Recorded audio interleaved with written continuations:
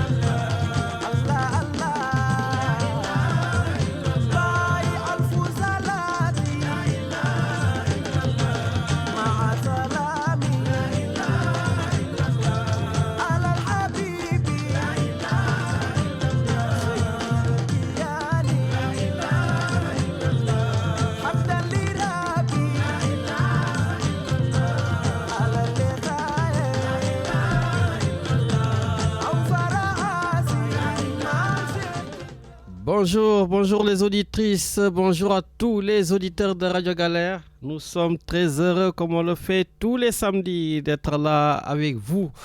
Voilà, pour discuter, dialoguer, échanger, débattre. Même si vous avez vu qu'aujourd'hui je suis très calme, et Ramadan oblige, on va pas tout de suite, Richard, commencer à aller dans tous les sens parce qu'on risque d'avoir faim beaucoup plus tôt et surtout soif beaucoup plus tôt. Donc pour éviter cela, j'essaie d'être zen et je pense que vous aussi, vous allez être zen. Donc voilà, comme vous le savez, c'est le Ramadan. On vous souhaite vraiment un excellent mois de Ramadan pour tous ceux qui le font. Voilà, et puis di leen ñaanal rek ku nekk yaa xam li nga bëgg yal na yàlla faj aajo yi yal na yàlla nangu ñaan yi yal na yàlla nangu julli yi voilà yal na ñuy yàlla jàppale ñuy gën di sellal voilà et donc c'est des moments yoo xam ne vraiment voilà c'est des moments de partage des moments de communion voilà des moments de solidarité voilà lépp looy def ci lu bon en général durant cette période quand même il est bien recommandé de faire une pause voilà pour consacrer en tout cas toute sa vie à faire du bien même si on devrait le faire durant toute notre vie voilà donc du berceau au cercueil mais quand même voilà comme des fois on ne peut pas s'en empêcher mais au moins Richard durant ce mois de Ramadan voilà on essaie en tout cas de privilégier mais fortement le bien sur le mal. Voilà, donc ça n'empêche pas quand même la vie continue. On a plein de choses à dire. Donc tout d'abord, on a vu que les supporters du Sénégal au Maroc depuis la fin de la Coupe d'Afrique Richard, ils sont restés encore au Maroc et depuis jeudi dernier, ils ont été condamnés. Voilà. Donc la plupart donc ils étaient condamnés. Je crois que je me suis fait un petit truc. Oui, donc 9 Sénégalais ont pris 1 an de prison ferme. 9 supporters sénégalais donc au Maroc ont pris 1 an de prison ferme et 325 000 francs CFA d'amende chacun. 6 autres Sénégalais ont pris 6 mois de prison ferme et 125 000 francs CFA d'amende chacun. Et les 3 derniers supporters sénégalais ont pris 3 mois ferme et 75 000 francs CFA d'amende pour chacun. Voilà, donc vous pouvez, je pense, me dire ce que vous voulez, mais je pense quand même quelque part que le Maroc fait la prolongation donc, de ce match avec nos supporters, même si donc dans chaque pays, nous devons respecter les lois et les règlements, etc., etc. Mais ce qui s'est passé là-bas, voilà, le monde entier en a parlé et je pense que nos supporters ne méritent pas d'être emprisonnés. Et moi, je me suis dit, comme le Premier ministre du Sénégal est rentré bredouille du Maroc, voilà, il était parti au Maroc, Ousmane Sonko, juste quelques jours, tout le monde croyait qu'il allait rentrer avec les supporters, donc il n'est pas venu avec eux. La Fédération sénégalaise de football, on ne les entend pas trop parler de ces supporters-là.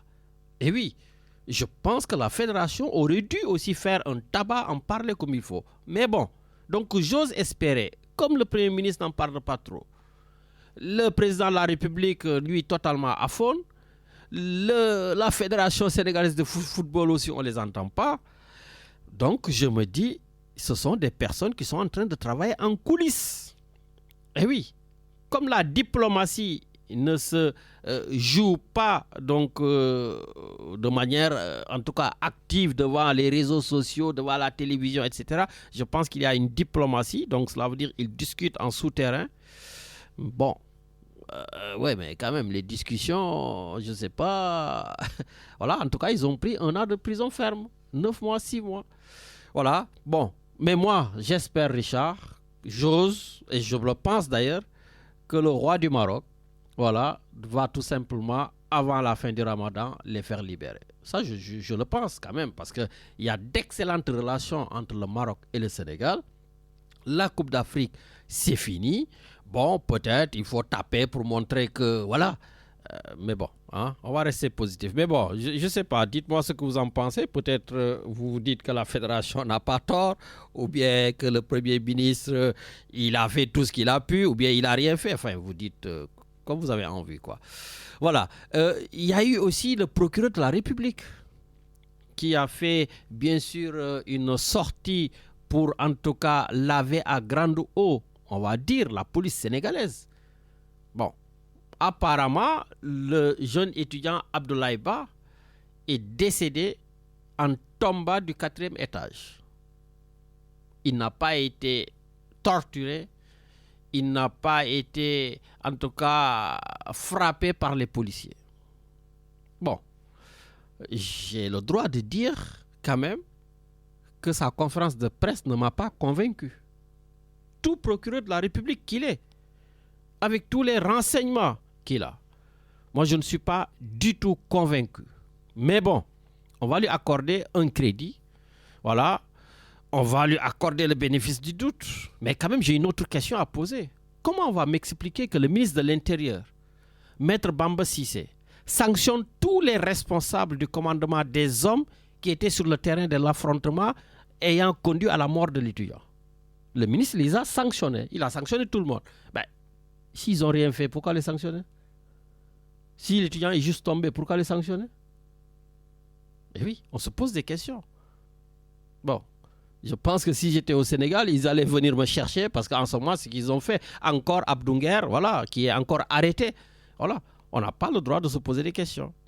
Matardi, tu vas me dire, oui, Lamine, tu me déçois, tu défends Abdounger, etc. Non, je ne défends personne. Il faut arrêter d'arrêter les gens pour tout ou rien. Dès qu'on dit un truc au Sénégal, on est convoqué par la justice. Voilà. Mais on va aller plus loin, monsieur le procureur. Mais qui a donné les ordres pour qu'on aille chasser les étudiants jusque dans leur chambre? Qui a donné les ordres, monsieur le président, monsieur le procureur, pour qu'on aille casser les scooters des étudiants qui travaillent avec le scooter?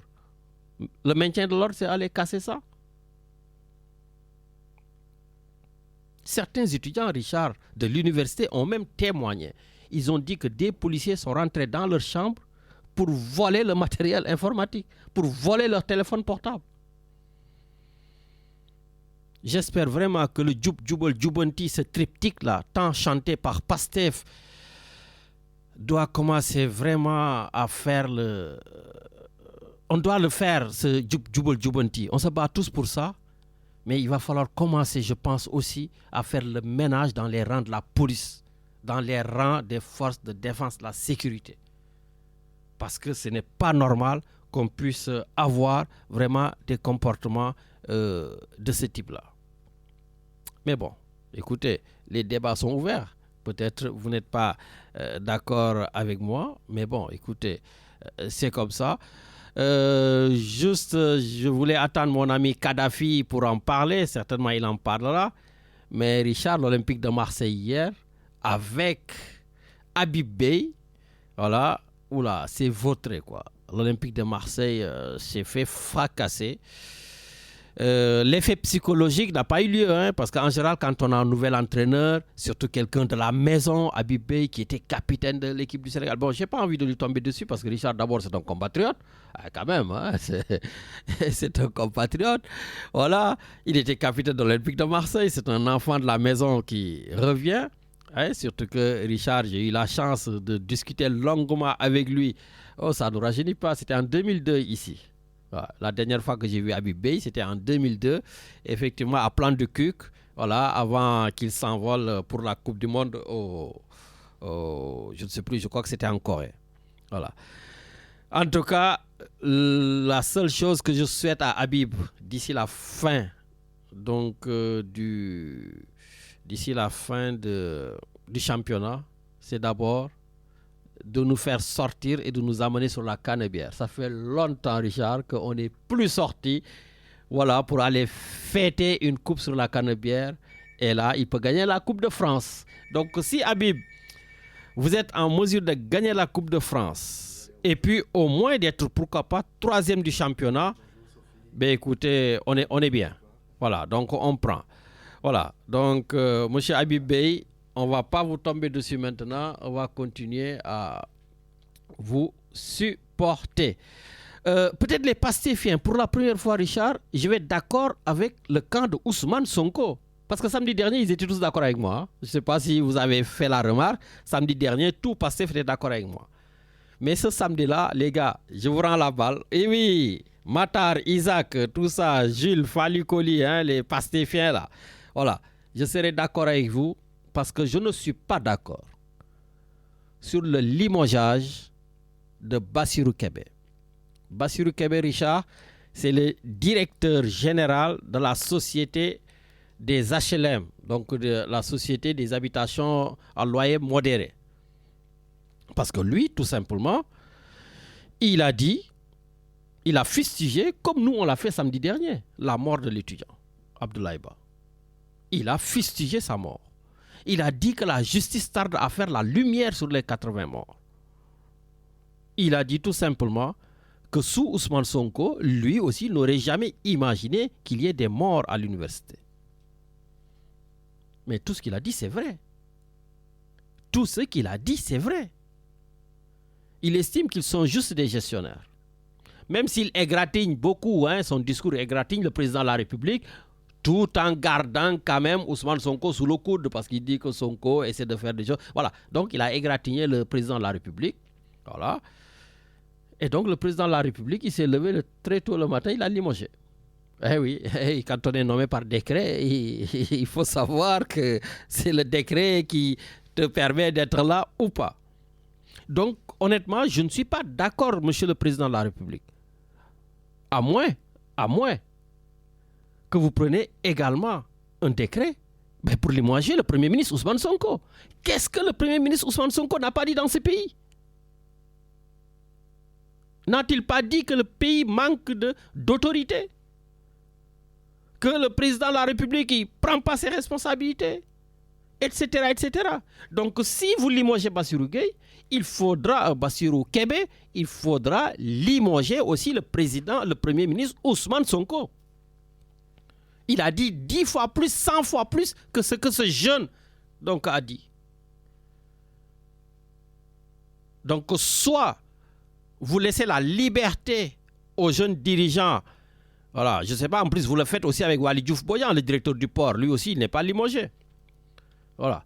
Donc, à un moment donné, voilà. Donc, les gars, moi, je suis pour Bassirou Kébé et je ne suis pas d'accord avec Jean-Pierre Chevènement, l'ancien ministre de France, qui disait un ministre, ça ferme sa... Bon, on est au Ramadan, donc on va dire un ministre, ça ferme sa bouche, voilà, ou ça démissionne. Non, moi, je ne suis pas d'accord. Aujourd'hui, on est à l'heure où on peut être dans un gouvernement et avoir une liberté de ton pour dire les choses. Richard, je me rappelle mon père quand mon père était conseiller du président de la République et que moi, à l'époque, j'étais contre eux, hein, j'étais contre mon père, hein, j'étais contre à l'époque, voilà. Et je dis, ouais, donc j'écris, et mon père, il me dit, bon, qu'est-ce que tu veux? Tu veux un poste de ministre ou quoi? J'ai dit, bah oui, si vous me nommez ministre, je vais régler ce pays. Mon père, il me dit, le problème, c'est que si tu es nommé ministre, en 24 heures, tu es viré. Voilà. Donc, peut-être toi, il vaut mieux que tu ailles chercher député ou autre chose, parce que ministre, tu ne peux pas avoir cette liberté de temps. Voilà, j'ai toujours été contre ce genre de choses. Donc, c'est pour ça que je suis bien avec Bassirou Kébé. Richard, tu me fais signe qu'il y a quelqu'un à l'antenne. Allez, on y va. Allô, allô? Allô, oui, bonjour Lamine. Oh, bonjour Sophie. Ça, c'est une revenante, ça va bien, Nakamou? Ça va, merci. Bonjour Richard. Tu nous as abandonné pour les réseaux Bonjour, TikTok Sophie. et autres, hein, parce que tu es une star des réseaux. Pas du tout. Ah, tu sais, si, tu es comme une vraie on star.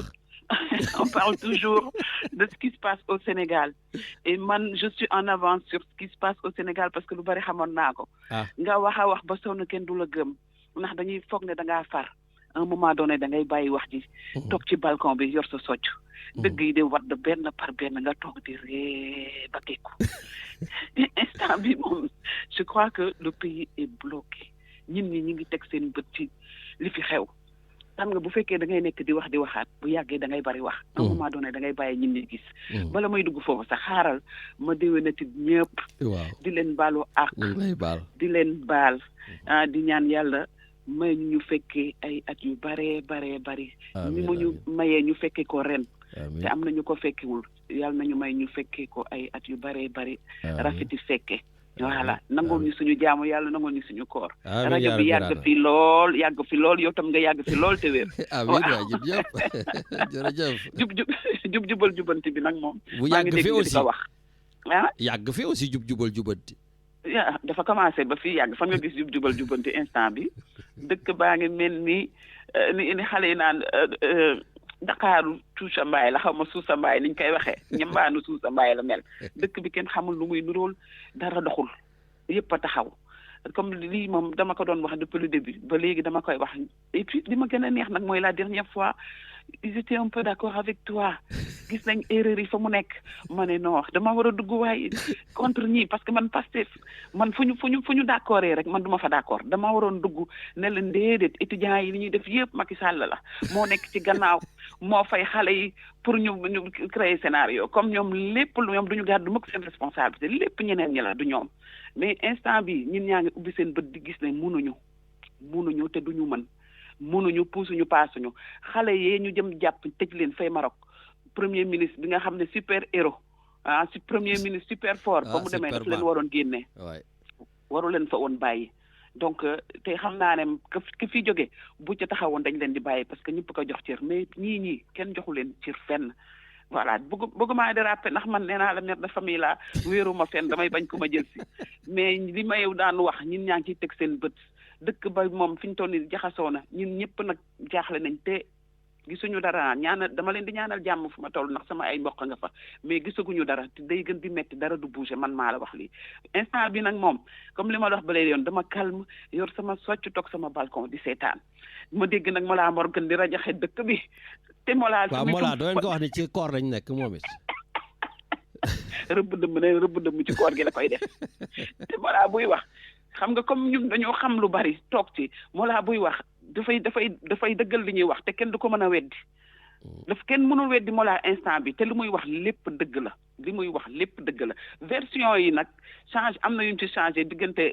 Adji Sarr ak kii ndax man sama combat foofu la commencé am na yu mu changé ci version yi parce que bu yàggee moom dina xam ne moom tamit il est fautif comme ñëpp parce que moo doon xam ba xale yi version yi changé na ko mais la muy wax dara du ko dindi Ndeye Khady Ndiaye nag ñu ngi koy ñaanal mu jóg parce que on a besoin de Ndeye Khady Ndiaye c'est la fille qui avait le salon de Sud Beauté. mu ngoog salon de Sud Beauté di nga xam ne moo daa wax na fa salon ba sañ soso yëpp ñun ñi xam nañ ko toog ci Ndeye Khady nag il faut que mu jóg warul rek dara waru koo jot te nag Ndeye Khady la ko tëral damay bañ ko ma jël fii na Ndeye Khady nañ ko faj mu jóg parce que on a besoin d'elle il faut que lii leer lépp dafa war a leer. mais vous continuez votre combat toujours pour la clarté. non man combattrotuma ci dara damay bàyyi rek yàlla di wane dëgg ki yàlla di àtte man combattruma ci dara maa ngi ci sama jàmm dara laa defatul lu dul toog di xool di seetaan ñëpp ñu ngi ci teg si am na ñu bari ñu am gàcce mais dañoo ñëkk mënuñoo wax mais li xew nii ñëpp teg nañ ci seen bët Ndeye Khady dina jóg ak jàmm sama grand ma jambal tamit mu ngi ci jàmm macha allah waaw le quotidien mi ngi dox mi ngi ci jàmm te itam dafa amoon une longueur d'avance ci lu bari tam te mi ngi koy wax ñun ñi di ci teg seen bët li ci kanam rawali bët yàlla nañu yàlla defal jàmm daal Sénégal daal nay am jàmm rek waaye te dara bu mu xew nag moom laa leen di ñaanal mais daal dëgg gi moom dinañ ci teg seen bët chaque jour bu ngeen yeewoo dëgg gi di ngeen ci teg seen bët mi ngi noonu def nañ erreur nag yàlla na yàlla daal defar lépp mi ngi noonu maa ngi leen di souhaiter un bon week-end bon ramadan. merci maa ngi nii sama la ràcc di la déglu ba ci kanam. merci beaucoup Sophie Diagne donc La Rochelle jërëjëf merci beaucoup voilà donc Sophie oui Richard qui est rentré qui a balancé ses missiles et voilà et reste au balcon comme elle dit voilà donc c'est toujours comme je dis cette radio libre où chacun peut donner son point de vue librement. Voilà, donc avant de prendre un autre auditeur, je rappelle que comme on est donc durant le mois de Ramadan, voilà, donc dina am waxtaanu koor comme ni ko l'imam Ahmed Ndiéguène di defee chaque année vraiment ñu ngi koy remercier pour sa constance, pour sa fidélité, maa ngi koy remercier vraiment pour toujours donc sa simplicité. Voilà, donc l'imam Ahmed Ndiéguène donc chaque samedi fii ba koor gi di jeex inchallah on aura tout simplement les 10 dernières minutes ak jàngatam ak waxtaanu koor. Voilà, d'ailleurs j'ai écouté en avance sur waxtaanu kooru tey bi Et l'imam nous pose une question, enfin, l'imam pose une question, en tout cas des questions même. Mais j'ai retenu une question. Laquelle des 5 prières est la plus importante de la journée? Ah oui, imam nee na yàlla day nëbb des fois affaire yi. Donc si vraiment quelqu'un connaît laquelle des 5 prières est la plus importante de la journée, dama ko yónnee à SMS, voilà, parce que dina ma xaw a arranger des fois. Voilà. Et puis, juste avant d'aller au Canada, donner la parole à notre Matarli international, je rappelle que notre recteur de la mosquée ici à Marseille, donc Mbaye Diop, qui gère la mosquée Bilal de Marseille, voilà, donc sollicite les fidèles parce que... donc oui, Richard, il y a quoi là? J'entends du bruit. Voilà. Donc, merci. Voilà, donc Mbaye Diop sollicite les fidèles parce que chaque jour, il y a la rupture donc, du Ramadan à la mosquée Bilal de Marseille, en bas de la gare Saint-Charles. Et donc, la mosquée voudrait avoir des saucissons, voilà, donc du fromage, la vache qui rit, du lait Elben, voilà, des gobelets en carton, voilà, pour boire le café, ou des gobelets en carton avec... une taille qui peut contenir de l'eau, des cuillères en bois.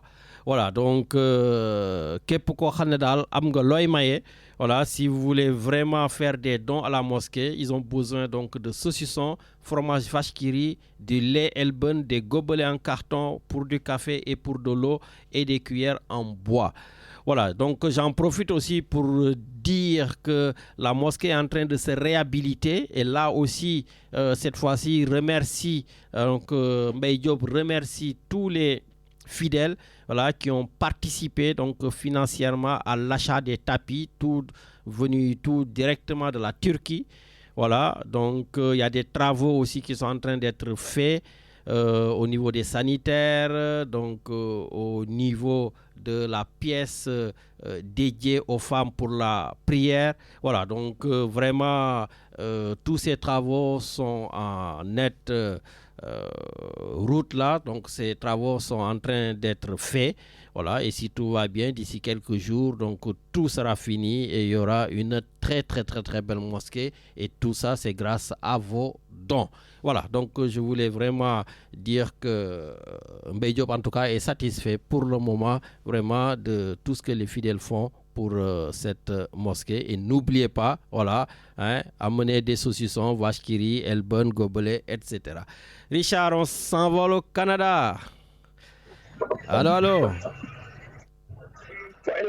waaw boy damay bañ a nekk di yuux rek ci koor gi. waaw yaa ngi bëgg a dee yow yaa ngi kontaan léegi président coalition bi bu duggee kay léegi kontaan nga. non mais ay waxu dof yoo xam ni non mais. non woddal wax ji comme me dirait Khalifa Sall woddal wax ji. nee ko na toog TikTok rek moo gën parce que vraiment Sophie Diagne mooy Madiambal Diagne mais nee ko Madiambal Diagne xoolal si suufu kii bi la jaaree lu mu tudd suufu gàmm bi dox ba dox fa gis nga ku ko nar a génne France xam nga moo ne woon ku sant Diagne du daw. Madiambal nee na dawul dafa defaru ji. déglu rek Sophie rek laay tontu moo tax ma ne xaaral te nga bàyyi tontu bi da ngay ñëw wax li ngay wax te bàyyi tontu yi. Non, il y a des choses on va pas laisser Allez, passer. Vas-y, clarifie. Il y a des soldats de Jordan, ok? Il y a des soldats de Jordan. Ok? Elle est contente. Non, mais là, mais lu ma gën a bañ si dëkk bi mooy les méchants. Léegi li dëkk bi mel nee na li dëkk bi mel nii c'est bon na toog soccu bul demati Sénégal yow kay booy toogal fi nga toog rek. Anyway, ça, c'était une parenthèse. Mais ku sant Diagne du daw te Madiambal mi ngi fële ku ko nar a andi Sénégal mu xeex ak yéen. Bon. Nga naan ay nu mu tudd ndey kii borom suite boote bi nu mu tudd. Ndeye Khady Ndiaye. mais man dama xool tweet Madiambal Diagne man dama tiit sax xam nga Madiambal lu muy wut dafa bëgg a tweeter comme ni muy def d'habitude rek léegi gouvernement ngir yàlla. bu leen ko tontu bàyyi leen ko rek. waaw mais lan la tweeté dafa bind dara lan la bind. waaw yow tweeté naan ay xoolal Ndeye Khady Diagne nañ ko na nekk si jàmm li Sophie Diagne wax rek ce que Sophie a répété li Sophie wax rek elle a répété la même chose. D'accord. Même chose comme Madiambal Diagne connaît beaucoup de choses mais na dem Sénégal non mais c'est tellement facile va au bled retourne au bled. Boy Ramadan lañ nekk bu fi nekk di mer di yuuxu man yuuxuma bul yuuxu waxal ndànk tranquille. mais non xoolal il faut être juste Lamine.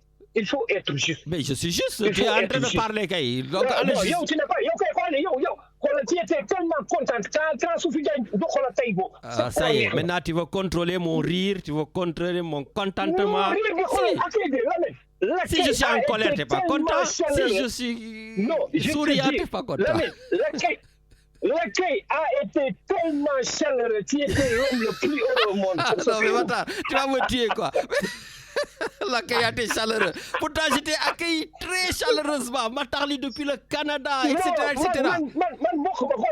xoolal dama doon tontu Sophie Diagne rek parce que vraiment ndamuñu ko woon mënoon na toog fu mu toog comme moom day toog di xaar lu bon ñëw. pourtant gis nga nag Matar xam nga tu n'es pas sérieux. non déglu ma rek tu n'es pas sérieux parce que non déglu ma tu n'es pas sérieux parce que des fois Sophie Diagne du dugg daf may yónnee message ne ma waaye nuyul ma Matar di waaye kër ko wax yu rafet yow tamit. non ba ma nuyu non man bu ma nuyu bon coalition la bokk bu ma nuyu bokkul non ma kay dañ jégante si jàmm rek. bon ça va. coalition la bokk. oui ma anyway loolu c'était une parenthèse parce que damay maa ngi koy dégg sama xol bi daan foofu ma ne non il faut mu dugg loolu moo dugg léegi mais xoolal damay waaj a julli fajar ma ne xoolal non il faut mu dugg ba pare. fajar bi naa xool tuuti ba si kanam. parce que la coalition là non ils vont pas raconter du n'importe quoi. Ensuite deuxième chose Sophie Diagne j'ai fini Sophie maa ngi lay nuyu bon Ramadan. Bon Ramadan à tout le monde. Mon ami, pour affaire comment dirais-je, les supporters là.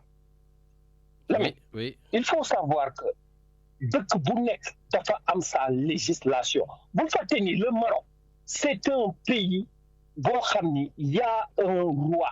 Seen kii dafa bokkul sax. Sérieusement, y a pas de ay administration ay kii ak ay yooyu. Dëkk bu nekk dafa am loi. Yaa ngi nii. ma jàmbal dafa daw mi ngi France ñoo ko téye foofu de sinon Sénégal jël si woon na ko mais Sénégal n'a pas le droit de venir le chercher. C'est la même chose Lamine. C'est comme ça.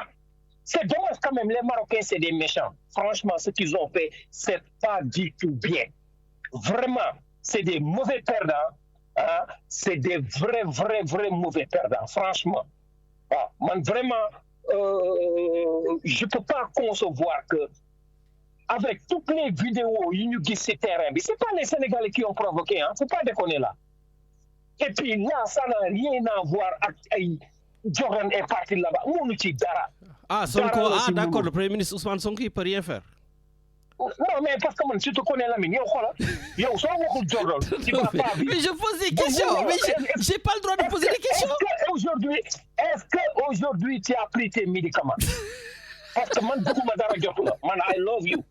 bëgguma dara jot la est-ce que jël nga sa garabu temps gis nga la dernière fois samedi dama toog ba si yàgg ma ni non su ma xamoon sa numéro yaay dama koy woo ne ko mère ngir yàlla jëlal pilule nga jox ko Lamine Diakhaté parce que bëgguma dara daw dama ko naroon def mais j'avais pas son numéro anyway parce que man bëgguma dara daw sama waree dara tekkee dara du wa dara ok donc c'est la deuxième kii mooy affaire kii léegi nag ne gars yi def appel Lamine les gens sont en train de travailler c'est très difficile cette situation là très difficile pour que ñu mënoon leen génne c'est tellement là gis nga justice marocaine ce qu'ils ont fait ay grève du n'importe quoi parce que ils ont perdu une coupe boo xam ne ñoom ñoo ko waroon gagner mais Lamine le sport ça se fait sur un terrain man suñu gagné woon Sénégal sur le terrain man j'aurais rien dit man sportif là.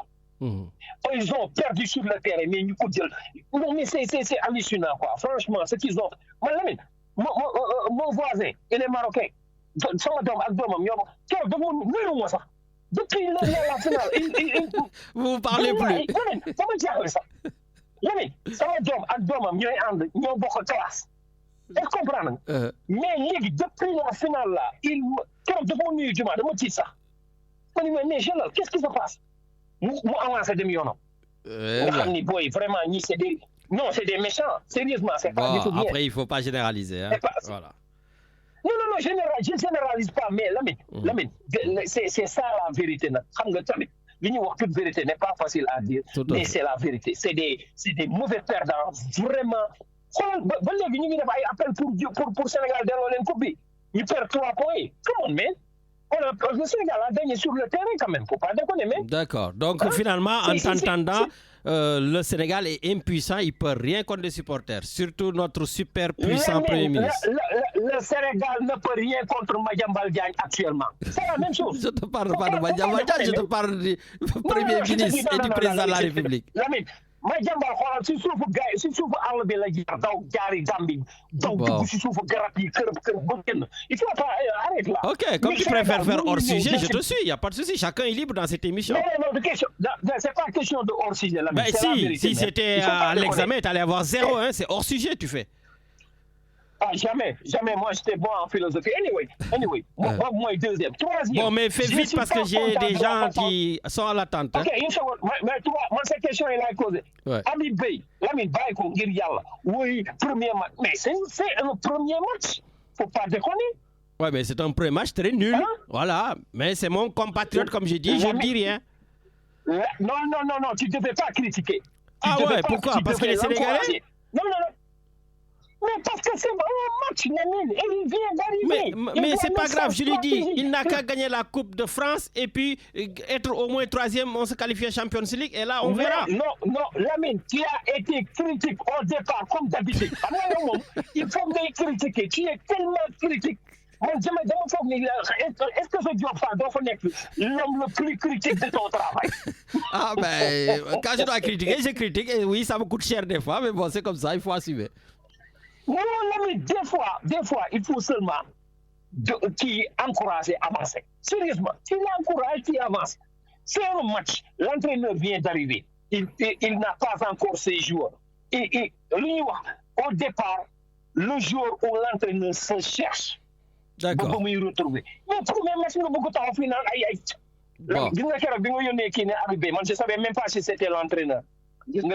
Bon, laisse-le tranquille, après c'est normal, c'est très normal. Allez, ça va, on reste positif. Il faut être positif. La coalition, comme aujourd'hui la présidente est là, je laisse Daouda Ndoye et la coalition faire le reste. Wow. Mais je souhaite à tout le monde un bon mois de Ramadan. Merci. Bon Ramadan toi aussi et bien des choses aux Canadiens. Merci. Lamine, tu as été assez calme quand même. Bien, bye. Bonne journée. Merci. Ciao. Allez, Richard, on enchaîne, sacré bâtard. Allô? Oui, bonjour Lamine. Ah, bonjour Djeja, Nakamu. Ça va, Ramadan? Ah ben ça va. On essaie d'être calme, même si Matar veut me sortir des gonds, mais bon. waaw gis nga kii Matar buy wax boo nekkee en attente nii doo dégg man li mu wax yëpp dégguma ci dara yow laay dégg rek mais moom kenn du ko dégg. Ah ça fait longtemps loolu laa doon signalé depuis longtemps donc je sais pas. Bon ça il faut que Richard essaie de regarder parce que Matar passe par une ligne assez spéciale donc c'est souvent un peu compliqué mais ça va on va essayer de voir. Mais même les autres bu yow boo nekkee en attente doo leen dégg je sais pas pourquoi. D'accord. Voilà donc maa ngi ziare waa Marseille yëpp di leen ñaanal kooru jàmm. yàlla nangu sunu jaamu yàlla yi ak sunu ñaan yi yëpp yal na ko yàlla def. amiin loo bëgg daal yal na la ko yàlla defal. amiin yaa rabbi bëree bëri ak xéewal ba ñu mën a ñibbi sunu dëkk ba. amiin yaa rabbi. Voilà donc moi je vais intervenir juste par rapport à kii nu mu tudd encore qui décédé ci étudiants yi. Abdoulaye Ba. Donc voilà donc kii. Moi je pense que li procureur bi wax loolu mooy dëgg bi daal parce que je pense pas que nit ki mun nga tiim nit di ko dóor yenn dóor yi ba muy am yenn gaañu yi daal yenn kii ay fractures ak partout des trucs comme ça. Moi je pense que quand même police Sénégal bien que ils sont violents mais yegguñu foofu donc moo tax nga ne lu tax ñu leen di sanctionner dañ leen war a sanctionner parce que le fait que moom mu sauté lan moo tax ñu sauté kan moo qui a mis le feu dans la chambre pour que ñu nekk situation boobu ba ñu bëri ñuy tëb daal. Donc tout ça de police bi dem ba ci néeg yi bon ça c'est pas normal daal donc je crois que les sanctions sont méritées daal. Bon Sénégal il faut ñuy sanctionner nag. ñun loolu moo nekk sanctionner kay c'est très bien. Voilà donc bu ñu sanctionner il faut pas que ñuy waxaat lan moo tax ñu sanctionner daal parce que bon on se contredit daal dans ce qu'on veut. Donc il faut des sanctions donc c'est très grave ce qui s'est passé. Ouais, mais attention Djeja, le procureur aussi a été quand même contredit aussi par l'amicale des étudiants ak ñi présent woon. Non, mais hier, j'ai écouté un étudiant, il a dit la même chose que le procureur, hein, que moi, nous dit encore, qui nous voit ne momo daanu du kooku moo daanu parce que kooku tam disons kooku tam dafa sauté mais ci beneen bâtiment la daal je sais pas bon en tout cas bon Sénégal moom doy na waar daal je crois qu'il y a un problème en plus donc sama coup de gueule c'est toujours par rapport aux supporters sénégalais là ils sont sanctionnés au Maroc daal donc c'est pas sérieux et puis on a Sénégalais waroon nañu génn manifester ci kii ambassade du Maroc bi des trucs comme ça on appelle les Sénégalais de boycotter tout ce qui est marocain des trucs comme ça parce que vraiment il faut que ñoom ñu xam ne li ñu def noonu du dëgg du yoon daal waxoon naa leen naar du mbokk daal donc naar moom mu ngi noonu daal. Ouais, mais justement j'ai l'impression effectivement avec ce truc des supporters les Sénégalais, ils vont de main morte. C'est-à-dire, quand je dis les Sénégalais, c'est plus les autorités. On ne les entend pas. Ils ne parlent pas trop. Enfin, je ne sais pas. Par exemple, toi, tu es motivé, tu dis il faut sortir, il faut boycotter. Je lis tout ça. Mais les autorités sénégalaises, on ne les entend pas du tout. Oui, mais c'est certainement ils sont en train de faire. Parce que dès le moment où qui avocat qui supporters. Donc, bon, manque de ben avocat pour tout ce monde. Non, ils étaient vraiment un collectif d'avocats. Donc, je crois que moi, kii bi rek collectif bi donc vraiment il n'a même pas accès donc au dossier aux supporters donc c'est qui mooy def intermédiaire bi ambassade yi ko ak consul yi nekk foofu ñoom ñooy def intermédiaire bi c'est pas normal c'est pas normal il y a un problème daal les Marocains ils nous en veulent je crois qu'à mort comme on dit daal je t'en veux à mort loolu mooy seen problème daal donc je crois que dañoo këpp seen yelwaan comme ni ko Sonko def ñeneen politiciens yi Sénégal donc ñoom tamit je crois qu'ils vont aller jusqu'au bout hein donc ñun tamit vraiment on doit vraiment réagir c'est le peuple qui doit réagir daal am na yoo xam ne bon peut-être que autorités yi duñ ko mën a wax ci kaw des trucs comme ça mais donc ñun ñoo war a jóg daal donc dem c'est vrai que comme tu dis oui des manifestations devant les représentations il y a l'ambassade du Maroc au Sénégal il faut aller faire un sitting devant l'ambassade donc supporters yi fédération du foot là vraiment ñoom nañu kii nañu jóg daal parce que lii c'est pas normal daal xale yi ñu leen tëj ay de 3 mois jusqu'à 1 an. Ah ouais, 1 an c'est terrible quoi. Pour le foot pour des gens qui ont quitté des pays am na ñoo xam ne Amérique lañ jógee ñoo xam ne ils viennent de partout pour le foot et puis ils se retrouvent dans cette situation c'est pas normal. Surtout que Richard m'a posé une question effectivement Richard m'a dit et les Marocains combien ils ont pris j'ai dit à ma connaissance il n'y a pas eu d'emprisonnement de Marocains. Voilà, donc il paraît qu'audience il y avait que les supporters sénégalais, il n'y a pas les stadiers qui ont été agressés alors que oui, on a vu les images. Voilà, c'est vraiment un truc c'est surprenant pour des musulmans, un pays qui se dit frère du Sénégal, c'est pas normal. Les le prêt politique motax, les le vraiment économie motax, football motax, donc c'est triste daal. C'est triste daal. Vraiment bon c'est déplorable. Bon par rapport à Sénégal moom mu ngi noonu toujours il y a des choses à dire et puis bon on le dira hein parce qu'on n'a pas le choix donc on va pas rester complice quoi passif de ce qui se passe donc voilà quoi donc mais bon. Écoute, en tout cas weeru koor bi mu ngi noonu daal. En tout cas merci beaucoup et j'espère vraiment que le roi du Maroc donc vraiment va gracier les Sénégalais pour qu'ils rentrent au pays et faire le Ramadan. J'espère que vraiment si vraiment c'est parce que si le roi dit qu'il faut tout arrêter ils vont tout arrêter hein. Oui mais il faut même les condamner après moom mu gracier leen daal je veux dire que bon ce sont ses prérogatives xam comme nan lañ koy waxee donc mu ngi noonu daal voilà donc il doit faire quelque chose daal c'est pas normal que et les Marocains sont si c'était les Marocains au Sénégal je pense qu'on n'aurait pas fait ça nous donc vraiment alors que lui il doit pas regarder ça daal qu'on les juge comme ils veulent il faut n'importe quoi donc mais après qu'il les gracie daal que ñu ñibbi seen kër. Allez bon Ramadan. Merci beaucoup bon Ramadan également. samay grand nag ñoom grand Ndiaga Diallo Badou vraiment kii Ibou Mbaye tout ça là donc maa ngi leen di ziar bu baax ci koor bi ak grand Dia kii Iba Dia maa ngi koy ziar bu baax ñu gën naa ko dégg. D'accord. Allez bonne journée. Allez merci beaucoup Djeja effectivement ñi ngi feddali suñu nuyu yëpp ak ñi Djeja cité ñëpp ak ñi ñu cité wul tout ça voilà donc tous les grands de Marseille ak maire yi tout ça ñu ngi leen di nuyu bu baax a baax tonton Ibou Mbaye depuis Sénégal tonton Badou Diallo yéen ñëpp vraiment ñu ngi leen di nuyu bu baax a baax Richard on enchaîne avec l'autre auditeur.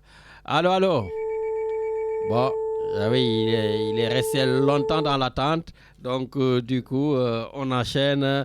Peut-être, Richard, comme c'est le Ramadan, une petite pause musicale, hein, quand même, que je puisse respirer 2 secondes et je reviens donc à l'antenne. Donc, 04 91 028 10 pour vos appels. Déglotilen ma wa l'islam. Xam-xam du leen jàngi téere xam yàlla moo gën a wóor te yàlla amul fu mu tàmbalee amul yemukaay afisu maasinna ani dafaatiri falaa takun an xidmati bi faatiri ku ko liggéeyal mu def ci moom xam-xam bu newul ci dee e waay jaam yi yeewu leen yàlla sañ na xanaa Musa Xudar yeewu leen pour yàlla moo bind lu ne te yónne noo ñokku ne maadu war na jaam bu bëgg a raw ngir moo bind lu xel dajul Ahmadou baatu màggal gi ci moom la siwee safar gi moo ko barkeel jalaw ci mbégte mi ci moom la xewee. Voilà, merci beaucoup Richard pour cette petite pause. Eh bien, sans transition, on va à l'antenne. Allô, allô. Allô, bonjour. Allô, oui. Allô. Allô, oui, allô, bonjour. Oui, je vous écoute. Qui êtes-vous? Vous m'entendez? On vous entend très bien. Ok, c'est moi, Ousmane. Ousmane.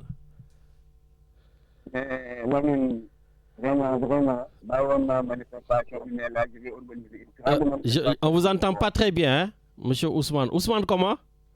Allô, Lamine, là, vous m'entendez? Oui, vous êtes Ousmane comment? Ousmane Lo. Ousmane Bo, oui, on vous écoute.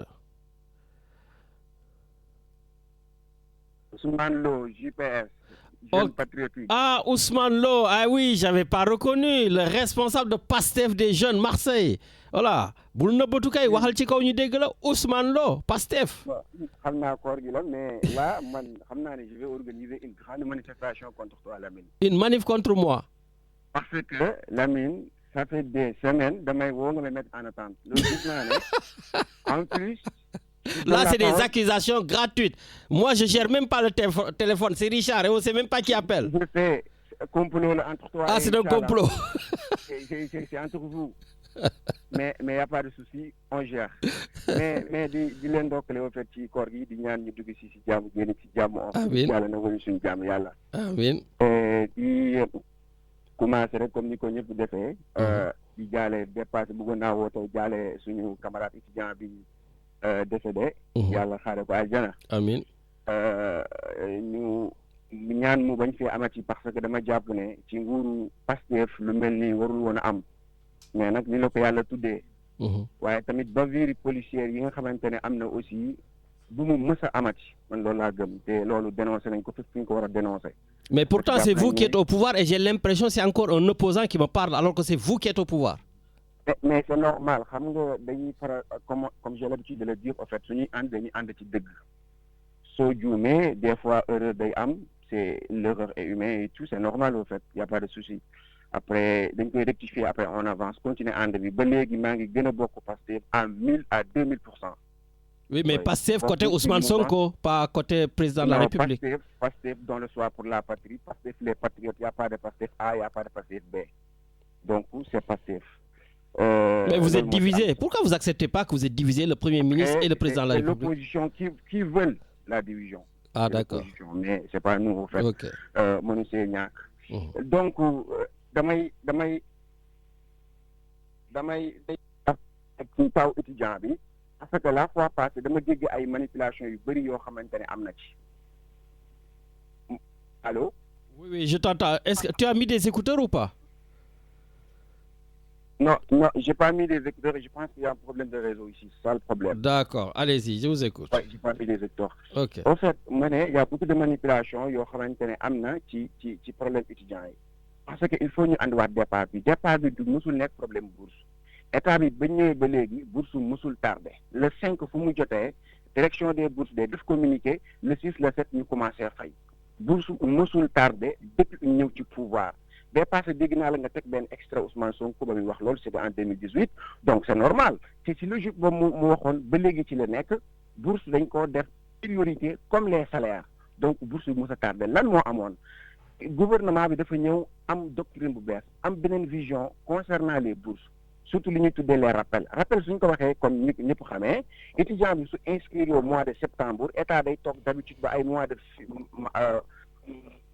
avril soo koo fay day toog ay 7 mois soo koo fay état bi ne loolu des fois budget bi da doon dugalante léegi loolu noonu pour ñu bañ ko ñu éviter loolu état bi léegi mu ne leen li may proposer mooy étudiant bi su defetee inscription mois de septembre octobre mu commencé koo fay lii la état bi proposé ma jàpp ne c'est une proposition pertinente warul am benn problème warul am benn souci parce que aussi état du gafaga buy dencalaat nit ñi xaalis su nekkee étudiants yi dañoo bëgg denc xaalis mais pourquoi pas bourse bi leen di jox di ubbi coffre di ko fa denc ba somme bi ñu soxla suñ ko amee ñu dem def. Donc vous êtes contre la manifestation des étudiants parce que c'est juste leurs arriérés qui réclament et non le courant, c'est ça? Exactement. D'accord. Moi, je croyais que vous étiez étudiant et que vous étiez par solidarité avec les étudiants qui réclament leur arriéré. Et c'est normal. Surtout que le président de la République lui-même disait qu'avec ses arriérés, il a pu s'acheter des choses à la maison, aider son village et tout. Et vous ne voulez pas que les jeunes d'aujourd'hui fassent la même chose. Il a dit avec ses bourses, c'est normal, les mois. Parce que Sénégal, am nañu doon jot ba ay 40 000 60 000 Sénégal am na kër yoo xamante ne seen dépense du dépasser 30 000 c'est normal. Et les jeunes d'aujourd'hui, ils n'ont pas le droit de réclamer leurs arriérés pour faire comme le président de la République. Non, attends, ay arriérés amut. Beneen baa ngi. Ah bon, il y a pas d'arriérés? Amut. Je vais t'expliquer. Le problème mooy dafa am ñoo xamante ne Sénégal suñu année calendrier universitaire dafa am problème depuis Covid.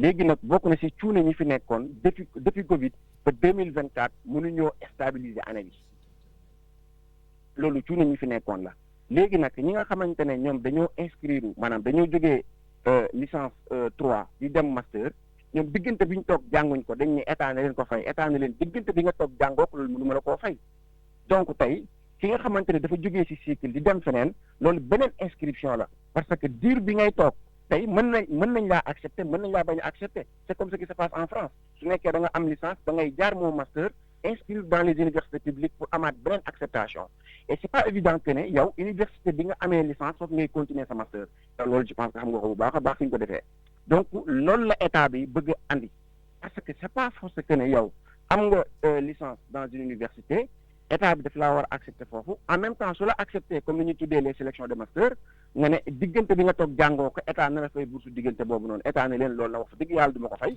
parce que jàngoo leen ko ñoom loolu la ñuy tuddee ay arriéré mais loolu nekkul ay arriéré loolu benn la ci je pense que problème bourse yi réforme yi les réformes yi c'est une évidence la même. Ah non, mais ça, c'est une évidence. Mais là, vous voulez venir casser les acquis des étudiants. Et je pense que cette émission qui sera écoutée au Sénégal, excuse-moi, mais les étudiants, ils vont te répondre. Hein, parce que je ne suis pas du tout d'accord avec toi. Et eux aussi, ils ne seront pas d'accord avec toi. J'ai discuté avec pas mal beaucoup d'étudiants sur cette question. Et je te le jure, wallahi, je vais expliquer, je vais convaincre. Mais c'est le dernier mot. Waouh, après nous avons des réformes. Nous savons que les réformes, c'est évident. Oui, mais tout le monde le sait. Même nous, on est d'accord sur les réformes. Mais quand même, les acquis qui ont été signés, il faut le payer. L'État s'est engagé et après, vous faites vos réformes. Ça, il n'y a aucun problème. Il n'y a pas d'arrière. Bon. Ouais, mais 2 minutes parce que j'ai plein d'attentes.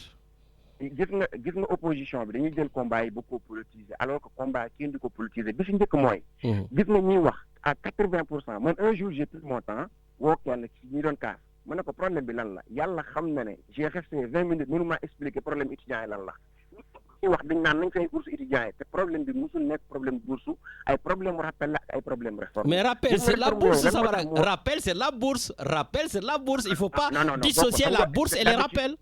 Non, d'habitude, si nous avons les bourses, c'est les bourses mensuelles, en fait. Oui, chaque mois, État du Sénégal. Ça, c'est parce que tu es un politicien. Tu essaies toi aussi de mettre un manteau, un costume politique. C'est tout. La preuve, avant, je te voyais, tu étais en t-shirt, mais depuis que vous êtes en pouvoir, je te vois en costume. Moi, j'étais toujours comme ça. Je t'en vas, mais quand j'étais à l'université, ici, de Dakar. Bon. Mais écoute, en tout cas, ça me fait plaisir. Et puis, reviens samedi dernier pour qu'on puisse mieux t'écouter. Parce que dégg naa tamit ñu dugg wax ne état bi mënuñ gis nañu suñu mën-mën Lamine moo tax ba yëg nga ne ci mois de mars bii nii dañoo war a fay eurobond bu Macky Sall levé woon en 2018 ñu war a fay ci mois de mars bii di ñëw war nañoo fay 700 milliards francs CFA te état bi jël ci na ko ba pare. Ça s'appelle la continuité de l'état. Exactement mais yéen du ma ne yéen sax maa ngi juum mais l'opposition wala ñi fi nekkoon ànd na pouvoir bi dañoo jël réew mi daal di koy bàyyi 10e sous-sol. Après ñoom ñooy ñëwaat ba jàpp ne dans un pays normal waa APR wala su ñoo wax ci démocratie parce que dañoo yàq réew mi. Mais en attendant, vous n'êtes plus au 10e sous-sol, vous êtes au 10e étage et certains Sénégalais croupis au sous-sol. Mais comment on se dit à samedi prochain. Reviens samedi prochain. Ay sacrifice di wàññi train de vie de l'État ak yeneen ak yeneen donc ñun dañoo ñëw dëkk bi fekk ay déficit budgétaire bu àgg ay 12%. Cette année-ci déficit budgétaire bi mu ngi àgg à entre 5 et 6%. te bëgg nañ d'ici 2028 ñu yóbbu ko à 3%. Merci Ousmane Lo. Merci beaucoup. Ok, merci beaucoup. Merci beaucoup Ousmane Lo, le responsable des jeunes patriotes du Sénégal ici à Marseille. Richard, c'est un jeune qui me talonne, qui écoute toutes les émissions et après les émissions, il m'envoie, voilà, voilà, donc il me met devant mes contradictions et il fait des commentaires et il me clash. Mais j'aime bien parce que, comme je dis, on est là pour échanger et dialoguer. Allô Allô Lamine, bonjour. Khadim Ndoye de Bordeaux. Khadim Ndoye de Bordeaux, comment va? Ça va très bien, je l'ai dit nous avec Richard et tous nos amis auditeurs, en particulier Daoudeli de Canada. Daoudeli, vous avez changé vos noms, toi et Matarli. J'espère que le Ramadan va le calmer un peu parce qu'actuellement il est en forme. Voilà. Ah, il est en forme, il est en forme. Je ne sais pas si c'est le décalage avec le Canada ou pas, mais il est en forme. Hein? Ah, bon, c'est pour cela. Non, mais Lamine, rapidement, parce que suivant ton auditeur là, je pense que quand même la politique ne doit pas nous obliger à dire des contre-vérités en public. Comme tu l'as résumé tout à l'heure, des rappels, c'était des bourses qu'on doit te payer qui sont arrivées en retard. C'est pour ça qu'on te fait un rappel. Quand même, il y a des mots, il ne faut même pas essayer de réfléchir. Tout le monde a été, peut traduire cela. Nous tous, on était à l'université de Dakar. Et les rappels, c'était des bourses en retard qu'on doit te payer. Donc c'est tout, que l'État paye ce que les étudiants ont droit. Et je pense que si les étudiants, 24 000 étudiants qui ont pris la décision de faire des grèves, c'est pas pour rien qu'ils l'ont fait. Il y a une raison valable et des discussions qui sont bloquées et qui les ont poussés à réclamer absolument leurs devoirs, leurs droits également. Donc c'est leur devoir de le faire. Maintenant, que les policiers aillent jusque dans les chambres, ça c'est pas normal. Là, la police doit protéger, que ce soit les humains, que ce soit les biens. Mais tu voyais des étudiants menottés, 2 policiers derrière, et il y a un autre policier qui le croise, qui lui donne un coup dans la tête. Mais c'est pourquoi cette violence gratuite? Pourquoi ils rentrent dans les chambres en train de casser les ordi, les machines avec lesquelles les étudiants travaillent? Pourquoi cet acharnement volontaire, disproportionné? Ces gens n'étaient plus en mode de casser quoi que ce soit. Ils sont dans leur chambre, et je pense que depuis leur chambre, ils n'avaient pas des armes à tirer depuis la fenêtre. Donc pourquoi ils rentrent carrément? Que les gens sont obligés de tomber dans des étages, tout le monde a vu les vidéos. Donc ça, c'est pas normal, et ça n'a jamais eu lieu. Quand on faisait la grève à l'université, on faisait la grève à l'université. Moi, je faisais partie d'un comité à l'université quand on menait une grève très dure jusqu'à ce qu'on aille au ministère des Finances, mais on a marché jusqu'à devant le ministère des Finances pour réclamer nos bourses, mais les policiers ne nous ont pas arrêtés, ils nous ont escortés jusque là-bas. Et à l'université, quand on déclenchait une grève, on avait une mobilisation et il y avait de l'ordre. Tous les étudiants ne devaient plus faire cours, les profs ne devaient plus faire cours. Donc, il fallait que les gens établissent des règles et les délégués, on ne doit pas les emprisonner parce qu'ils remplissent un rôle syndical, qu'on doit les arrêter. Heureusement qu'ils ont été libérés quand même. Non, c'est qu'avant même, on ne doit même pas les arrêter. En fait, on doit être dans un état de droit. Le Sénégal aujourd'hui, la politique a tellement clivé les gens que même si quelqu'un meurt, on dit qu'on va le politiser. On va dire, ah oui, mais c'était un étudiant qui faisait la grève, c'est pas normal. Non. On ne doit pas mourir pour demander 54 € de bourse. Un étudiant qui est l'avenir du Sénégal, lui, il aurait dû être un futur médecin, un futur chirurgien, quelqu'un d'autre qui va s'occuper des milliers de Sénégalais pour leur bonne santé. Mais pourquoi il doit mourir? Parce que simplement il réclame 54 €. Alors que Sonko lui-même, pour des besoins personnels ou professionnels de l'État, s'il veut mobiliser un jet privé, il le prend pour aller là où il a envie. Et là où il a envie, les Sénégalais lui mettent même à disposition l'avion présidentiel. Alors pourquoi les autres qui doivent avoir une bourse sociale, qui est un droit comme eux, leur salaire, comme les salaires des députés, parce que les députés, quand ils ont envie d'avoir des véhicules, ils ont dit qu'ils vont l'acheter. Parce que c'est leur droit, même si politiquement ou moralement ils disent que le pays est en difficulté, c'était leur droit d'avoir un véhicule, ils l'ont acheté. Mais pourquoi, si le pays est en difficulté, les étudiants réclament leurs 54 €, tu ne trouves pas la solution de leur payer leurs 54 €? Alors que tu te targues de dire, oui, j'ai 700 milliards à rembourser, supposé des dettes de Macky Sall. Mais si c'est de la continuité de l'État, mais t'assumes tout. Donc tu n'es pas dans un catalogue de choix où tu dis, moi je fais ça parce que ça m'arrange, je ne fais pas ça parce que ça ne m'arrange pas. Non, tu assumes toute la globalité et tu fais mieux que Macky Sall. C'est la seule chose qu'on attend. Comme on disait, l'État est une continuité. L'État est une continuité. On souhaite que ceux qui arrivent fassent mieux que ceux qui étaient là. Ça, je pense qu'au moins sur ça, on peut être d'accord. Maintenant, les supporters qui sont au Maroc, je pense que maintenant, parce que quand même, quand il y a de la violence au stade, on ne peut pas libérer les gens de suite. C'est important que la justice, comme il le fait avec les hooligans, que les responsabilités soient situées. À partir de là, on sait que ce n'est pas des méchants, ils ne sont pas venus casser quoi que ce soit. Il y avait une tension, c'était temporaire, la justice a tranché. Maintenant, l'État doit s'activer pour qu'ils soient graciés, qu'ils rentrent chez eux, et que aussi la fédération fasse des manifestations et de la pression pour que ces gens soient libérés. Merci beaucoup. Pas des casseurs, on doit les libérer. Merci Seigne Khadim Ndoye depuis Bordeaux. Bon Ramadan. Merci. Djaradjaf. Voilà, donc Richard me fait des signes, oui, parce que aussi il y a le Wahtanu Kor, donc l'imam Ahmed Ndiegen, donc pour ces 10 dernières minutes pour nous faire un rappel donc sur le Ramadan. Voilà. Et puis Richard, on part à Toulon très rapidement pour prendre notre chroniqueur Medoune Diène. Allô.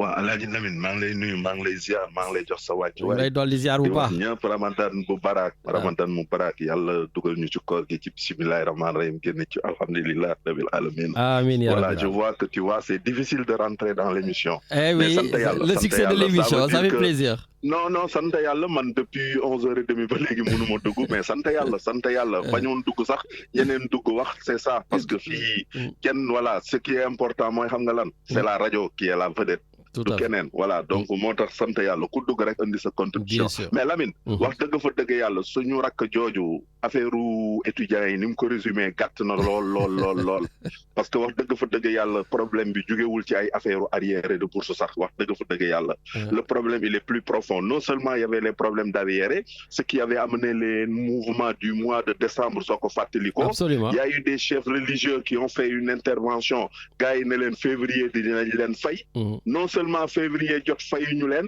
mais gars yi woo leen ci benn réunion pour une réforme du système bourse de la bourse. Effectivement. Parce qu'en fait ñoom ils jugent que Sénégal étudiant bu ne waratul mën a am bourse que désormais da ngeen ñu def une refonte boo xam ne il faut que tu fasses une demande et en fonction de tes critères sociaux en fonction de sa situation familiale en fonction de sa situation sociale à partir de ce moment ci lañ lay attribuer bourse que la bourse ne devient plus automatique donc en fait la ñu waxoon ci assemblée nationale ba xam nga Olof Njaay nee na li naar bi wax ci tante bi la ko déggee xaar naar bu ndaw bi donc lañ doon togg foofu moom la ñu bëggoon ñëw étudiants yi génn ne leen que ni yéen non seulement vous nous appelez à des concertations, mais vous avez déjà pris vos décisions qui les radicaliser. Surtout que les réformes, il faut les faire, comme je dis, après les acquis, pas pendant les acquis. Mais justement, on ne touche pas aux acquis. On ne touche pas aux acquis. Mais sauf que nous, au Sénégal, les acquis, malheureusement, comme il y avait les échéances du mois de mars, comme tu l'as dit, on est au 4e sous-sol. Pour certains, pendant que d'autres sont au 10e étage par l'ascenseur. Donc, le problème, c'est que donc, moi, je suis sant yalla dal ba nga xamé né wax deug fa deug yalla waxum waru ñu sax sant yalla parce qu'il y a eu mort d'homme quelles que soient les circonstances man man wax dëgg fa dëgg yàlla bi ma déggee procureur bi dama ko xeeb parce que y a des zones d'ombre yoo xam ne il a eu du mal à expliquer certaines choses il est venu avec un bon français en toute témérité mais la même chose la ñëwoon ci Fallou Sène à Saint-Louis mais bi li ma ci gën a metti ci conférence de presse bi mooy à l'entame dafa ñëw ne oui le dossier de Fallou Sène bi nga xam ne décidé woon naa ko mois de février xaw ma mois de mars bi xaw ma juin dinañu dem tribunal dinañu dem procès boobu ba léegi kenn xamul fu dossier bi nekk est-ce que comprendre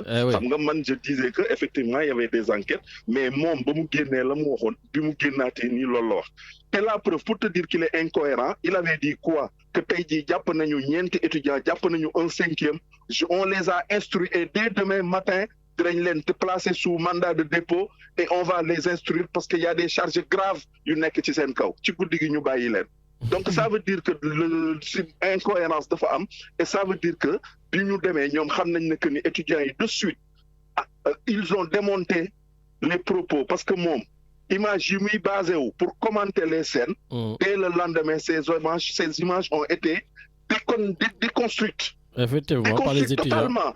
Donc, voilà, par les étudiants. Non, et puis par un organisme officiel, par un organisme indépendant, africain xawma lan ñoom ñoo dem ba foofu nekk ni lii du image bi génnee drone yi génnee lépp teggi wax ci yëpp donc moom image bi nga xam ne ci la basé wu pour nekk ni ci la étudiant bi dee donc ça veut dire que y a pas de cohérence quoi. Voilà jàmbaar daal mu ngi noonu c'est-à-dire que dañ toll ci dëkk boo xam ne non xoolal fii laay mën a yem parce que da bëggoon naa wax ci affaire pour man li indi suñu affaire supporters yi c'est juste par manque de diplomatie et par manque de carnet d'adresse. Je pense que d'autres auraient fait autrement, s'en serait autrement. Pourtant, notre Premier ministre est parti et tout le monde pensait qu'il allait revenir avec eux. Mais bon. Il est parti, il a même fait dans la manipulation. Parce que jour où il recevoir les Sénégalais, on a habillé 18 Sénégalais en blouson. Nous avons dit que nous avons dit xam nga am na Sénégalais yoo xam ne li ñu leen njëkk a wax rek moom la ñuy. C'est vrai, on a vu quelques images amul rek nañu génne image yi pare naa ci wax ji voilà donc manipulation la donc soo amul carnet d'adresse tu ne peux pas rayonner au niveau international donc munoo def léegi li ci des mooy am na ñuy dox ci suuf yàlla nañu yàlla dimbali mais dafa am lu ma dégg. mu metti ma Sénégal dafa war a jouer contre Pérou. Tout à fait. Déjà le choix du Pérou me pose problème. Te deux amuñu fu ñu koy defee fudul Stade de France. Donc cohérence notre futur adversaire waaw la ñu bañaloon ne duñu entraîner ji Mohamed V pourquoi ñu ñëw léegi di entraîner fii et de trois li ma dégg li gën a garaaw mooy c'est une agence marocaine qui organise cette rencontre et je pense que wax dëgg fa dëgg yàlla œil pour œil dent pour dent am na moment boo xam ne nag nañu war a am suñu fulla suñu fayda su fekkee ne ñun mënuñu organiser suñuy yëf ñu jéem a dem mais en fonction de l'intérêt du moment. Pour man c'est mal agir que ce soit une agence marocaine qui nous organise. Donc tu es pour le gatsa œil pour œil dent pour dent. Non Jambar yow tamit ñu defar ay mais Jambar est-ce que tu sais que ce sont des chefs de famille la ñu arrêté. ñoo xam ne c'est le ministère des sports moo leen fayal billet fayal leen hôtel doon leen jox ñu lekk. te boobu ba léegi déggule leen ci kon ñooñu ils étaient en mission c'est des travailleurs des gens yoo xam ne c'est des 12e gaynde ci fédération moo kii kon astafurlah ministère moo leen jëloon en charge. Merci mais ba léegi déggoo ñu wax ci. non xoolal wax ji dafa. samedi prochain inchallah nañu yem fii nañu yem fii. jërëjëf mon frère. En tout cas jàmm ak jàmm. Merci beaucoup sëñ Medoune donc depuis Toulon voilà donc peut-être Richard on va donner la parole à Kadhafi très rapidement. Voilà, donc très rapidement.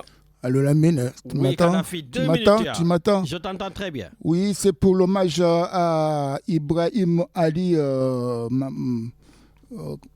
Lamine pour aujourd'hui. Le Comorien qui a été tué. Oui. C'est aujourd'hui son anniversaire. 31 ans. Ça fait le 31 ans qu'il a disparu tragiquement sous les balles des Front National. Les couleurs d'affiche du Front National. Et oui. Et peut-être qu'il y a du monde là-bas à l'avenue des Égalades. À la rue Ibrahim Ali. Donc, paix à son âme, que Dieu lui ouvre les portes du paradis, ainsi que tous les musulmans. En ce mois de Ramadan. Au mois de Ramadan, Lamine, pour vous signaler que pour ce mois de Ramadan, je souhaite rapidement au vœu de bonheur à tous les étudiants comoriens qui sont là-bas au Sénégal, aussi les musulmans, aussi à notre ami de la mosquée Bilal, Mbaye Diop. Vraiment, c'est un grand monsieur, franchement, avec tout ce qu'il fait, tous les voyages qu'il fait. Il était à Paris, il était invité par le recteur de la mosquée de Paris pour l'anniversaire de la mosquée de Paris. Donc, pour vous signaler rapidement que pour Habib Beye, on le souhaite bonne chance parce que franchement, premier match défaite, on peut pas. Vous êtes tous gentils avec Habib, c'est bien. On peut pas la vouloir, c'est la fin qui justifie les moyens, la mine. Je suis d'accord avec toi, il y a pas de souci. Il faut attendre la fin pour tirer l'assaut. Et si on peut. C'est à la fin du bal qu'on paye les musiciens, quoi. C'est ça. C'est ça, la mine. Donc, la mine, pour vous signaler que le Sénégal a été éliminé en Coupe Davis par le Pakistan. Nos amis sénégalais n'ont pas pu rien faire. Tu parles de tennis, là? Pour le tennis. D'accord. Et aussi, comme disait pour les matchs amicaux, le Sénégal va jouer contre le Pérou et aussi contre la Gambie. Absolument. Au mois de mars, au Stade de France.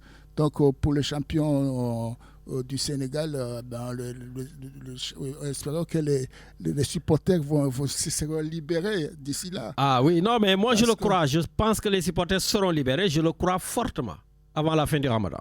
Et oui. Voilà. Pour nos amis marocains, surtout le roi, peut-être il va les gracier comme l'a fait en Algérie avec l'écrivain Boualem Salem. Boualem Salem, absolument. Donc, merci voilà beaucoup. la mine pour souhaiter rapidement un bon Ramadan à une famille que j'admire beaucoup, qui m'a soutenu, enfin qui m'a élevé, enfin c'est une famille qui est au Sénégal, c'est la famille de Ould Madiop de Liberté 6 et aussi la femme comorienne qui nous invitait chaque dimanche au mois de Ramadan, c'est Madame Zetoun Barry. Elle habite à Liberté 6 à Dakar au Sénégal et nous invitait chaque dimanche à la mine. On partait là-bas, on mangeait chez elle. Vraiment. Donc toi, tu mangeais et du Tchéboudian, donc à Liberté 5, et du Madaba chez Zainab. Oui, et aussi à la nostalgie du Sénégal. Et aussi à ta maman qui prépare bien à manger parce que tu m'avais donné à manger. Tu m'avais amené un repas pour le mois de Ramadan, je me souviens, la mine. C'est vrai que j'ai une maman qui cuisine donc, très, bon très Ramadan bien. À tous, bon Ramadan à tous. Merci. Merci beaucoup, merci mon ami Kadhafi. Voilà, et donc juste avant de mettre Wartanu Kor, donc les 10 dernières minutes de l'imam Ahmed Ndiéguène, je voudrais donner la parole à un jeune qui est venu pour découvrir comment on fonctionne. Il s'appelle Liam. Liam, donc vous avez vu un peu comment les auditeurs, nous, comment on fait, Richard et moi et Kadhafi, juste nous dire qu'est-ce que tu penses de ton immersion à la radio. Déjà, merci de m'avoir accueilli. Je t'en prie. C'était super instructif et je trouve ça très intéressant parce que c'est rare d'avoir des radios indépendantes qui sont aussi engagées, politiquement et pas que seulement en France, parce qu'on regarde vous essayez de voir un peu au-delà et je trouve ça super intéressant et plutôt bien. Et le fait que vous donnez autant la parole à autant de gens, je trouve ça super cool. Bon, donc ça te donne envie de faire la radio? Ah oui, franchement, ça donne vraiment envie. Bon, en tout cas, merci beaucoup Liam, merci, reviens quand tu veux. Et puis, bien sûr, je pense à Youssef. Youssef, on te passe un grand bonjour depuis l'émission de Radio Galère, le plateau du Sénégal. Richard, maintenant, on te laisse avec l'imam Ahmed Ndiéguène et on vous dit tout simplement à samedi prochain. Salam alaikum. Alhamdulillahi Rabbil Alamin. والصلاة والسلام على أشرف المرسلين سيد الوجود وأعلم الشهود إمام الأنبياء خاتم الأنبياء وإمام المرسلين صلى الله عليه وعلى آله وأصحابه وسلم تسليما كثيرا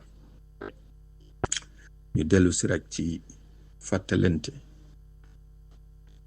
di fàttalante li ñuy jariñ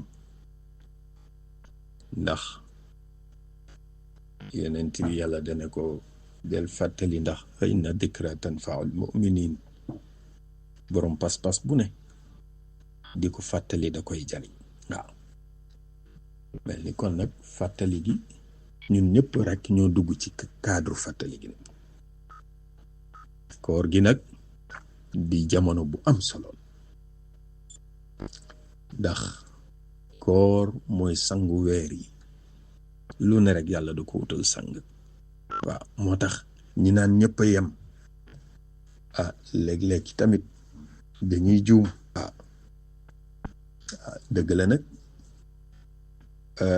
yemaleel ñëpp ci def lu baax yemaleel ñëpp ci respecté yemaleel ñëpp yi tamit ci tabarakallahu ñàkk lor bu lor kenn bul ne ñii lay lor ñii duma leen lor ñii lay saaga ñii du déedéet waaye nag yàlla dafa bind weer yi jël weeru koor def ko muy sang mu bind bis yi jël bisu àjjuma def ko muy sang mu wàcce téere yi jël alquran def ko muy sang malaayika yi tamit mu jël sidna jibril mu def ko muy sang alayhi salaam yonent yi mu jël rasulullahi sallallahu alayhi wa sallam def ko muy sang noonu naka noonu dafa am yoo xamante ni yàlla da ko feeñal waaye am yoo xam ne yàlla da ko nëbb yi tamit laylatul qadri sang la ci guddi yi waaye yàlla da ko nëbb wëlu yi tamit sang la ci mbindeef yi ginnaaw yonent yi waaye daf ci am wëlu yu yàlla feeñal ak wëlu yu yàlla nëbb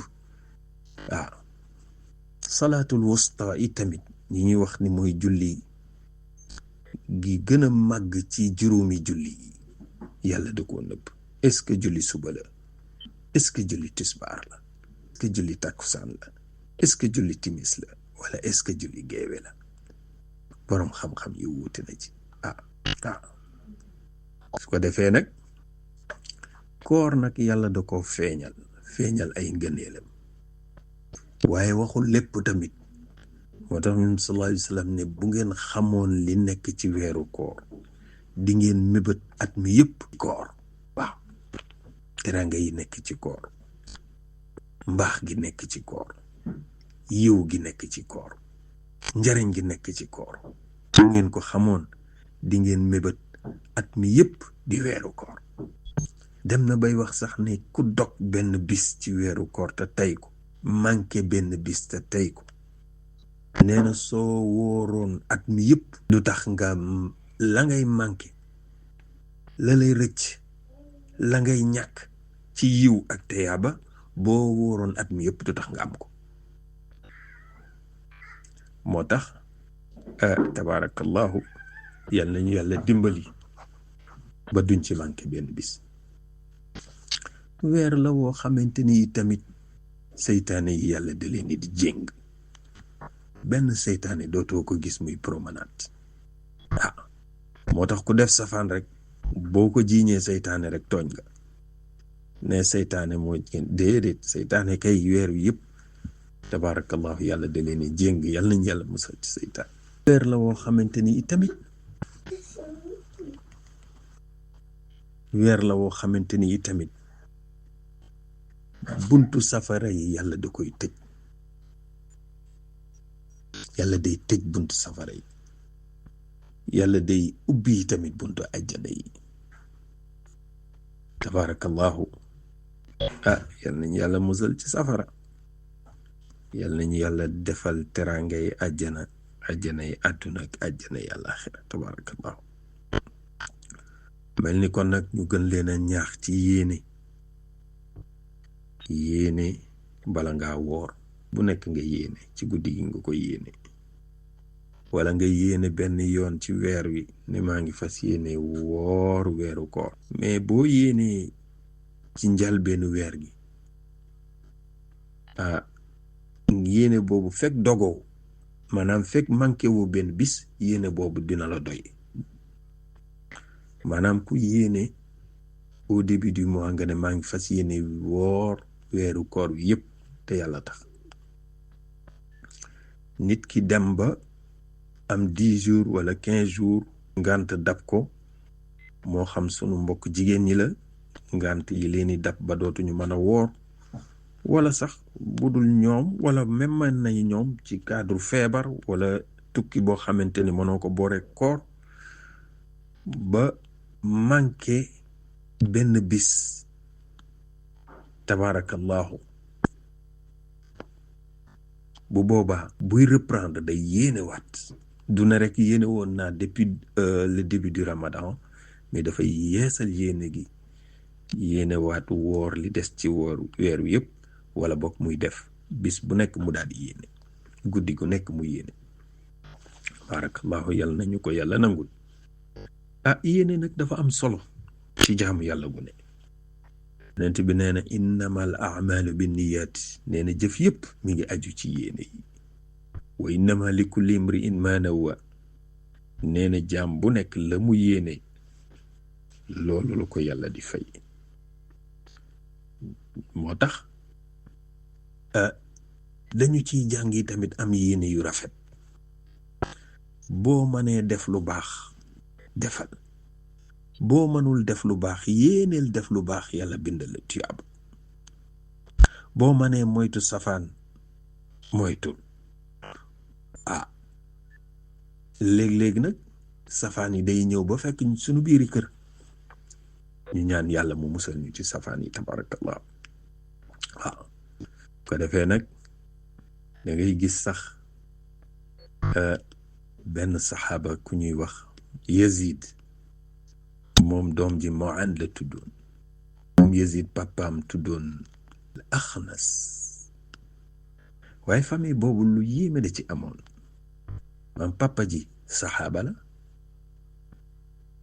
doom ji saxaaba la maam ji tamit saxaaba la maanaam ñetti génération ñoom ñëpp nekk nañu ay julli lu raar ci jamono yeneen sallallahu alayhi wa sallam waaye loolu yi tamit ngëneel la waaw yàlla li yàlla di wax rek qul inna al fadla bi yadillahi ngëneel daal ci loxo yàlla la nekk yu'ti man yasha yàlla ku ko neex lay jox ngëneel ku ko neex tamit lay defal terang bul ne mukk lu tax kii mu am lii bul ne mukk lu tax kii yàlla defal ko lii waaw te defee nag moom nag Yazid dafa am sarax bu mu yóbbu ci jàkk ja doom ji Mu'an daal di ñëw jël ko ñu ñëw daje ci kër gi Yazid ne ko mais yow lu tax nga jël li te taxaw ma yóbbu ko ci jàkk ja Mu'an ne ko déedéet yow kay dangaa saraxe woon rek ci jàkk ja man ma dem jël ko te yëgoonte wuñu sax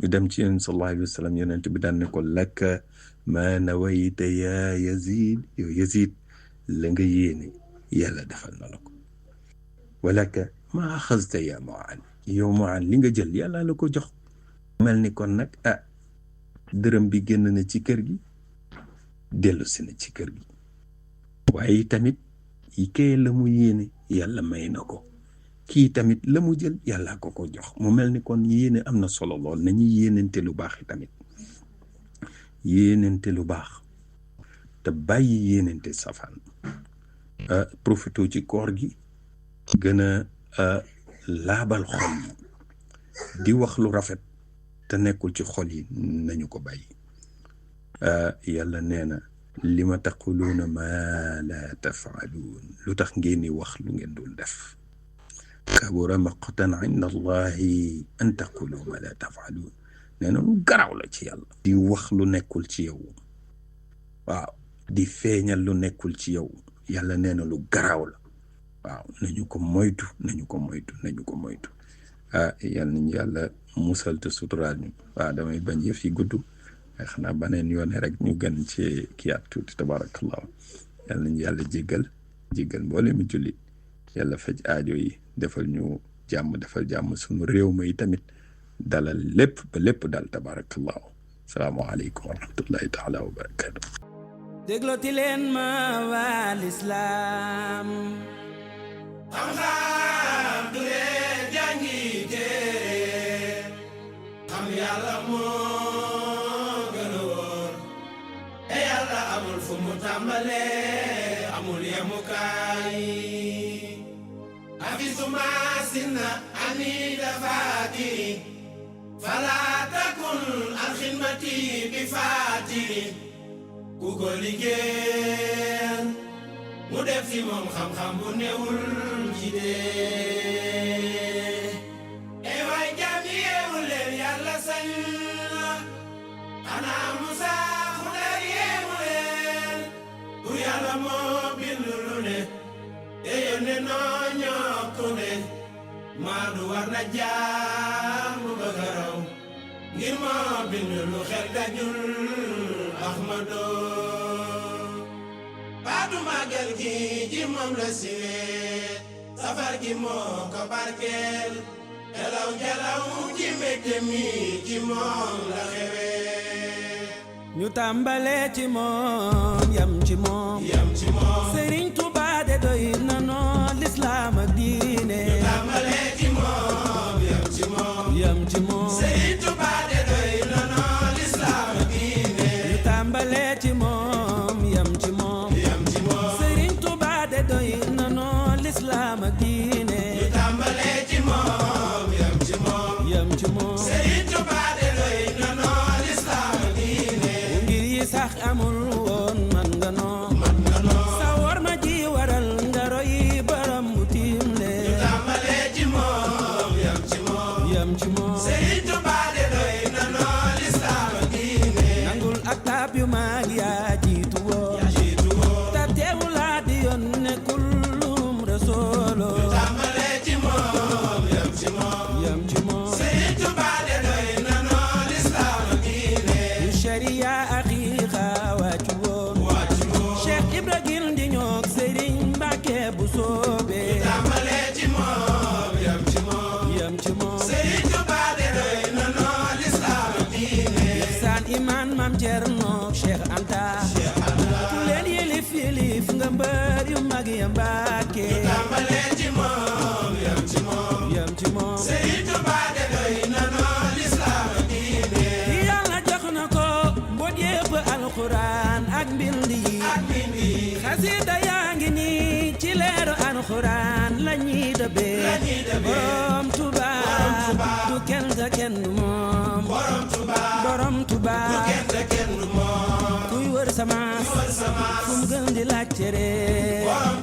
borom Tuubaa du kenn te kenn du moom du gis du xam te foofi dem du am borom Tuubaa du kenn te kenn du moom rasuulillaahi ak mboolem saaba yépp a ngi fi moom xulul Badar Jibril bawuma Kaaba gi lépp a sey fa moom borom Tuubaa sunam sa moo ca raw borom Tuubaa borom Tuubaa sunam sa moo ca raw borom Tuubaa borom wi mooy borom sëriñ bu mag bi jëfam ji moo waral borom jumaa je ba muy tiis moo demoon sëriñ bu mag bi matal yen yi dellu see borom jumaa je conom yi nattu yee sëriñ bu mag bi moo jur seen cant gee borom jumaa je gore xam la mu yore sëriñ bu mag bi di teewloo fa mu jugee borom jumaa je sagal leen ki nu sagal sëriñ bu mag bi nde moom leer na cib deram borom jumaa je bikul sarmadal sëriñ bu mag bi payor gi ëpp nañu borom jumaa je wajal masiri yasa sëriñ bu mag bi jafal fara